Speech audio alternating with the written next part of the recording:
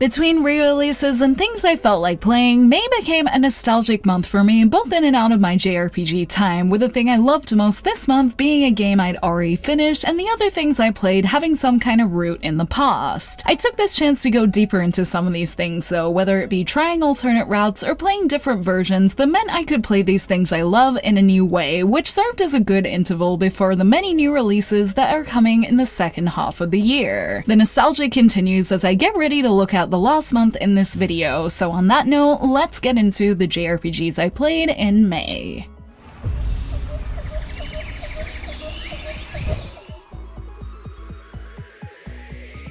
As soon as I worked out that the PS5 re-release of the Caligula Effect Overdose meant another chance at its ostinato musicians route, I knew I had to play it, and while I didn't finish the game for a second time, I did end up putting at least 10 hours into it in May, all because I enjoyed my time diving that little bit deeper into its world. My play habits have changed a lot since when I first played it in 2019 and spent my time mostly in the main story. This time I spent more of this playthrough talking to all the students I could, probably since I understand the importance of this mechanic since playing its sequel, and this, along with talking to its main cast more, added new layers to a story I already found interesting, with the added benefit of playing it now and after its second game to add another layer of interest that had me compelled to keep playing. I made a video talking about this version in detail, and after that, with my Mew figure still sitting up and a Caligula anime Blu-ray on the shelf, as a present to myself for finishing that video, I pulled that Blu-ray out and watched it and found it to be another interesting take on the aesthetic world. The PS5 version's visuals were definitely a step up compared to the PS4's, but I would argue that it's hard to beat the more detailed look the anime gives the characters, especially with side characters getting more screen time and even the protagonist getting a voice in a name, which was cool to see. It's not completely accurate to the original story, but felt like one of those shows that's better if you've played, as it gives you an alternate story with similar beats that can serve as a good way to revisit it while still feeling new. I was happy to see this series is on Crunchyroll completely subtitled, and since my Blu-ray was only in Japanese, I should probably watch this series in full online at some point. I'm glad my renewed excitement for the series made me look that up, as watching it would definitely be a quick way to revisit it, and since I already listen to its soundtrack sometimes still, I look forward to hearing it in this show too, with all its rearrangements to enjoy. Overall, my nostalgic excitement for Caligula in May meant it colored a lot of my month, although I do wonder if anyone else had this experience, as I haven't really heard many people talk about it on here or elsewhere since the PS5 version officially came out. In any case, I know I enjoyed my own trip back into Mobius, discovering the finer parts of its world, and while I didn't understand why this re-release was happening at all initially, ultimately I'm glad it came out, as it helped to be a nostalgic note that made my month of May that little bit more interesting.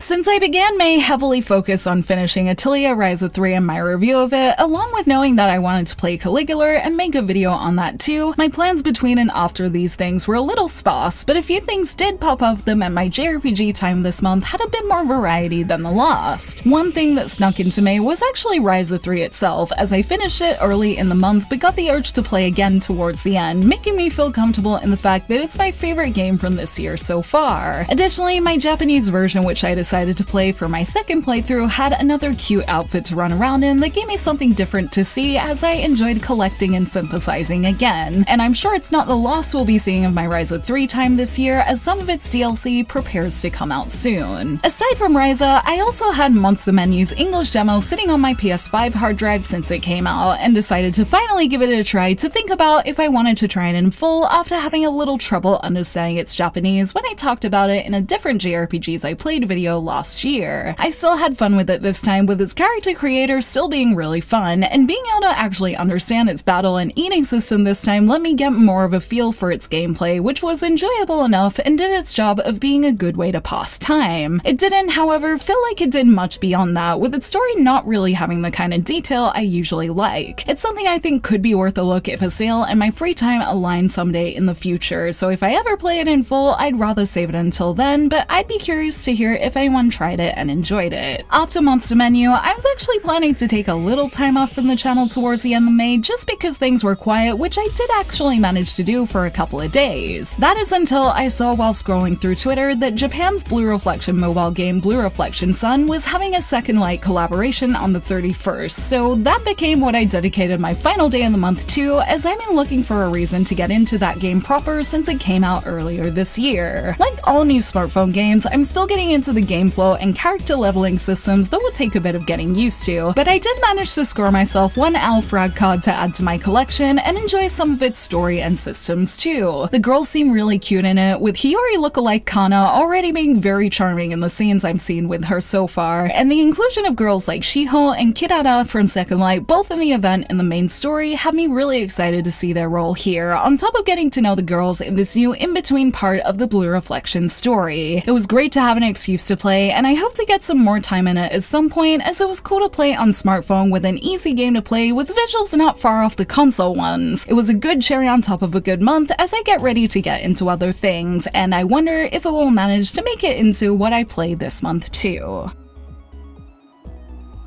May still has me in the mood to revisit things, with it reminding me of extra content coming to games I enjoyed, but as usual, June will be a time juggle with the many things I want to play. After playing Blue Reflection Sun, I actually reinstalled Second Light on my PS5 as I noticed I never got to its Ryza DLC, so there's a piece of me that hopes to get to that, although after looking at my JRPG calendar, I'm thinking it might be a little hard. A whole new region just came out in Ryza 3's DLC, for example, that I just bought that is probably the thing I should give more priority to, and with a promising new world quest, I wonder how much more playtime it will give to an already massive world I love, so that's something I hope to play and talk about as a great excuse to stay in a game I love. A week later, on the 8th, Loop 8 Summer of Gods will come out, and then on the 22nd, Final Fantasy XVI will see its highly anticipated release. In terms of choosing one both to play and make a video on time-wise, the latter is probably what I'm leaning towards as someone who has loved Final Fantasy since I was younger, despite Loop 8 looking incredibly interesting and very much up my alley. I also hope to finish 16 in a way that makes sure it doesn't overlap with Atelier and Mari in July, but I also want to take my time to play and enjoy it too, so I'm just hoping everything works out. And on top of this, in case somehow all my time isn't taken up by other things, I did also optimistically make sure that Trails to Azure was still on my Switch as Reverie's release date creeps up, and ideally I'd like to have finished the Crossbell arc by then. At this point, with other things to play and make videos on, I'm not sure if that's entirely possible, but I thought I could do something out of the ordinary for myself and perhaps try to tackle it chapter by chapter, since the way Trails divides chapters can often feel as impactful as entire games. I haven't played a game broken down like this in a very long time, so we'll see how that goes, but it is one of the top games from this year I wanted to try, so I'd like to do what I can to get through it. And this isn't to mention all the other things falling by the wayside in my backlog as usual, but between work and life, we all just have to do what we can, so I'm gonna try do that and have fun with whatever I manage to get to. I hope you guys all end up playing something good and worth the time, and that you're all looking forward to all the fun things coming up as the month starts off and gets going, and we try to all make the most of another fun month of playing JRPGs.